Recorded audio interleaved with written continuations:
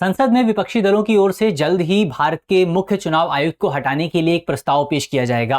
तो ऐसे में टॉपिक इंपॉर्टेंट हो जाता है कि आखिर भारत में हमारे जो चीफ इलेक्शन कमिश्नर हैं उनको हटाने की प्रक्रिया क्या है, किस तरीके से हटाया जाता है, पूरा प्रोसेस क्या है। आज इस वीडियो में हम इसी पूरे टॉपिक को विस्तार से समझने वाले हैं। मेरा नाम है अक्षय और आपका स्वागत है दृश्य आईएएस चैनल की इस नए वीडियो में। तो चलिए करते हैं वीडियो की शुरुआत और सबसे पहले देखते हैं कि हमारे सामने खबर क्या निकल करके आई है। तो खबर अगर आप देखें बहुत सिंपल सी खबर है कि हमारे जो विपक्षी पार्टियां हैं उनकी तरफ से जो मुख्य चुनाव आयुक्त हैं ज्ञानेश कुमार जी, इनके खिलाफ महाभियोग प्रस्ताव लाने की प्रक्रिया पर विचार किया जा रहा है। इनके खिलाफ महाभियोग लाने को लेकर के जो प्रक्रिया है उसको शुरू भी कर दिया गया है। इसमें अगर आप देखें तो विपक्षी दल जो है इस प्रस्ताव के लिए सांसदों से आवश्यक संख्या में जो वोट हैं, जो मत हैं, जो हस्ताक्षर हैं वो जुटाने की कोशिश कर रहे हैं। प्रस्ताव, एक प्रमुख प्रस्ताव का आधार क्या है, किस आधार पर यह प्रस्ताव पेश किया जा रहा है, तो आधार है पूरी तरह पक्षपातीपूर्ण आचरण, यानी कि कंप्लीटली बायस्ड कंडक्ट। इन पर यह आरोप लगाया जाता है, आपने कई बार मीडिया रिपोर्ट्स में सुना भी होगा कि basically special intensive revision exercise जो थी,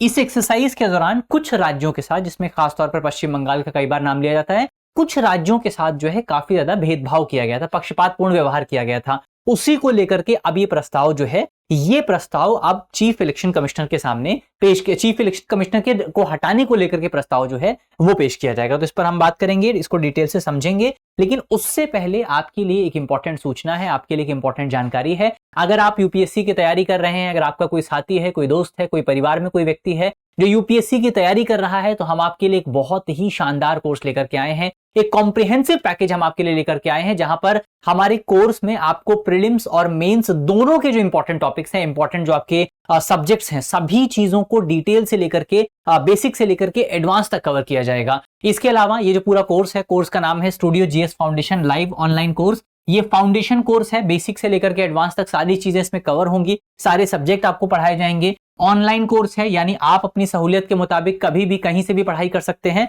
और इसके साथ साथ ये जो पूरा कोर्स है आपका 14 महीने का टाइम पीरियड में पूरा कोर्स आपका खत्म हो जाएगा। 2 साल तक इसमें आपको करंट अफेयर का एक्सेस भी मिलने वाला है। कोर्स का प्राइस बहुत कम है, अगर आप देखें तो मात्र 34,999 रुपए में पूरा प्राइस कोर्स आपको मिल जाएगा। और उसमें भी अगर आपको लगता है कि प्राइस बहुत ज्यादा है तो आप हमारे कोड का भी इस्तेमाल कर सकते हैं। ये कोड आपके सामने लिखा हुआ है AKSHAY, ये जो कोड है, अगर आप इस कोड को लगाएंगे तो इसमें आपको और ज्यादा डिस्काउंट जो है वो मिल जाएगा। तो कोड लगाइएगा और ज्यादा डिस्काउंट प्राप्त करिएगा। उसमें भी अगर आपको लगता है कि आप जो है एक बार में पेमेंट नहीं कर सकते हैं तो इसमें आपको ईएमआई की सुविधा भी मिलेगी। ईएमआई की सुविधा का लाभ उठाकर भी आप इस पूरे कोर्स को प्राप्त कर सकते हैं। तो बहुत अच्छा मौका आपके पास मौजूद है। वीडियो के डिस्क्रिप्शन में लिंक है, वहां पर क्लिक कीजिए और कोर्स को ज्वाइन कीजिए, वहां पर कोड लगाइए और ज्यादा डिस्काउंट आपको प्राप्त हो जाएगा। तो चलिए बढ़ते हैं आगे और बात करते हैं आपका भारत में चीफ इलेक्शन कमिश्नर को हटाने की प्रक्रिया क्या है, भारतीय संविधान इस संबंध में क्या कहता है। संविधान की सबसे पहले बात करते हैं।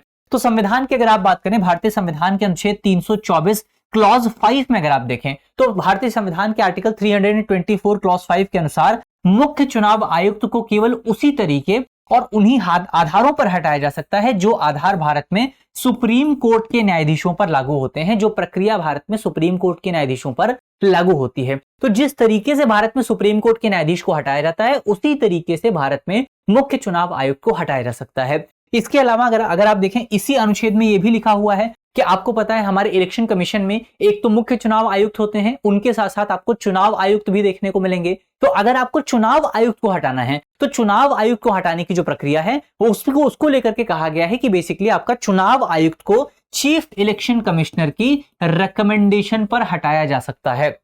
यानी कि जो स्पेशल प्रक्रिया का जिक्र किया गया है वो स्पेशल प्रक्रिया केवल और केवल मुख्य चुनाव आयुक्त के बारे में है। चुनाव आयुक्त को हटाने के लिए जो दूसरे चुनाव आयुक्त हैं उनको हटाने के लिए कोई स्पेशल प्रक्रिया नहीं है, उनको केवल और केवल chief election commissioner of India की जो रिकमेंडेशन है उनके आधार पर हटाया जा सकता है। अब हम देखते हैं यहाँ पर संसद द्वारा कानून जो बनाया गया है उस पर हम बात करते हैं। तो भारतीय संविधान में यह भी कहा गया है कि भारत में चुनाव आयुक्त की प्रक्रिया को लेकर के, चुनाव आयुक्त के चयन को लेकर के संसद भी कानून बना सकती है। इसी को लेकर के भारतीय संसद की तरफ से 2023 में कानून बनाया गया था, जिस कानून का नाम था chief election commissioner and other election commissioners appointment condition of service and terms of office act 2023। इस एक्ट का एक सेक्शन है, इस एक्ट की एक धारा है, धारा 11। धारा 11 में बेसिकली आपका त्यागपत्र और हटाने की प्रक्रिया का जिक्र किया गया है। लेकिन ये धारा 11 जो है वो भी कुछ ज्यादा डिटेल में नहीं बताती है। ये धारा 11 जो है वो भी यही कहती है जो भारतीय संविधान कहता है। भारतीय संविधान क्या कहता है कि अगर आपको chief election commissioner of India को हटाना है तो आपको वही प्रक्रिया फॉलो करनी पड़ेगी जो प्रक्रिया भारत में सुप्रीम कोर्ट के न्यायाधीश के लिए है। और यहां पर आप देखें तो यही प्रक्रिया, ये जो आपकी धारा 11 है वो भी यही बात कहती है कि उसी प्रक्रिया से आप हटाएंगे जो प्रक्रिया आपका सुप्रीम कोर्ट के न्यायाधीश के लिए आपको देखने को मिलेगी। तो ये पूरा प्रोसेस यहां पर आपको याद रखना है। इसके अलावा अब हमारे लिए इंपॉर्टेंट यह है कि सुप्रीम कोर्ट के न्यायाधीश को हटाने के लिए क्या प्रक्रिया आपको भारत में देखने को मिलेगी। सुप्रीम कोर्ट के न्यायाधीश को हटाने के लिए अगर आप देखें तो आपको देखना पड़ेगा आर्टिकल 124 क्लॉज 1, अनुच्छेद 124 क्लॉज 1। अनुच्छेद 124 क्लॉज 1 अगर आप देखें तो ये कहता है कि सुप्रीम कोर्ट के न्यायाधीश को हटाया जा सकता है। कैसे? राष्ट्रपति के आदेश के माध्यम से। तो इस संबंध में किसको अधिकार दिया गया है? राष्ट्रपति को अधिकार दिया गया। राष्ट्रपति के ऑर्डर के बाद ही आप जो है सुप्रीम कोर्ट के न्यायाधीश को हटा सकते हैं, लेकिन राष्ट्रपति अपनी मर्जी से आदेश जारी नहीं करते हैं। राष्ट्रपति केवल तब आदेश जारी करेंगे जब संसद के दोनों सदनों द्वारा एक एड्रेस जो है, एक अभिभाषण जो है वो राष्ट्रपति को पेश किया जाएगा। तो इसमें इंपॉर्टेंट क्या है? पहले हमारे संसद के जो दोनों सदन हैं वो एक अभिभाषण पेश करेंगे, किसको? हमारे राष्ट्रपति को, और राष्ट्रपति उसके बाद एक आदेश जारी करेंगे। इसमें अगर आप देखें इस अभिभाषण को पारित करने के लिए आवश्यक है इसको कौन सी मेजॉरिटी से पारित किया जाता है, तो आप देखें ये आपको पता होना चाहिए। इसको हम स्पेशल मेजॉरिटी से पारित करते हैं। कौन सी मेजॉरिटी से?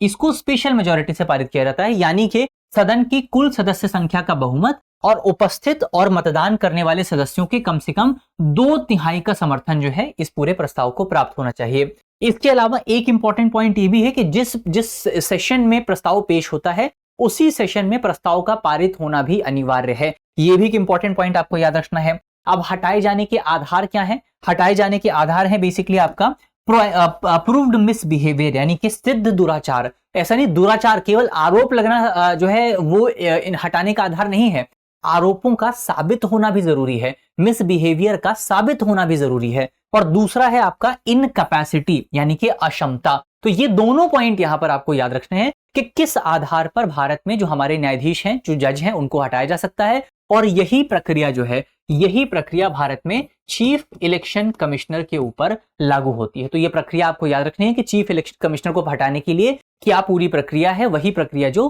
भारत में न्यायाधीशों को हटाने के लिए फॉलो की जाती है। चलिए यहां पर हमारा टॉपिक होता है समाप्त। अंत में आपके लिए करंट अफेयर का सवाल है जिसका जवाब आपको कमेंट बॉक्स में देना है। सवाल बहुत सिंपल सा है, आपसे पूछा गया है भारत में न्यायाधीशों को हटाने में किस या किन आधारों पर हटाया जा सकता है। हमारे ऑप्शन है, ऑप्शन ए सिद्ध कदाचार, ऑप्शन बी अक्षमता, ऑप्शन सी राजनीतिक असहमति, ऑप्शन डी जनता की मांग। तो इसका सही जवाब क्या होगा? हमारे ऑप्शन है विकल्प ए केवल 1, विकल्प 2 केवल 1 और 2, ऑप्शन सी केवल 2 और 3, ऑप्शन डी 1, 2, 3 और 4।